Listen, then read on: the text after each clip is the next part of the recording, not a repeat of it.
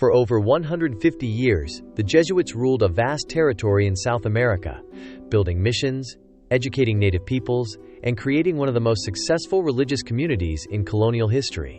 But when Spain turned against them, everything changed. The Jesuits were expelled, their missions were abandoned, and according to legend, their gold was never found.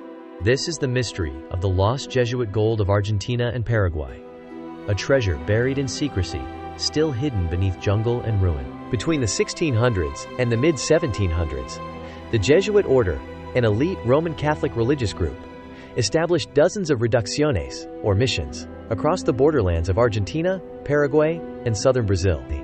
These settlements, built with the labor of converted Guarani natives, were highly organized and surprisingly prosperous. Unlike typical colonial systems, Jesuit missions didn't exploit their converts. They educated them, trained them in music, architecture, and agriculture. In return, the missions flourished. They grew crops, raised cattle, and traded with other Spanish colonies. And over decades, they amassed significant amounts of gold and silver, stored in the churches and mission strongholds. But in 1767, that peaceful world collapsed. King Charles III of Spain, fearing that the Jesuits had grown too powerful and independent, ordered their expulsion from all Spanish territories.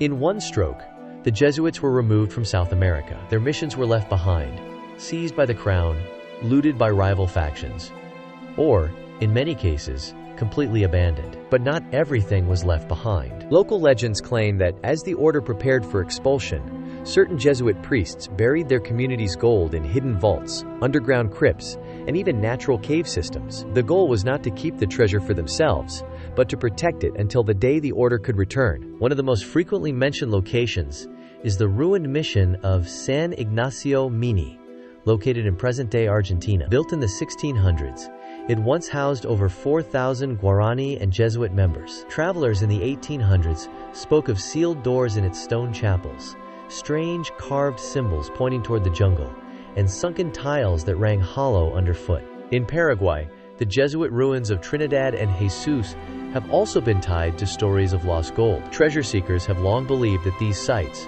with their intricate underground channels and stone basements, still hide untouched vaults beneath their sanctuaries. During the 19th and early 20th centuries, multiple unauthorized digs were conducted in these regions. In some cases, gold religious objects and Jesuit artifacts were indeed discovered. However, the larger hoards, the real lost treasure, have never been located.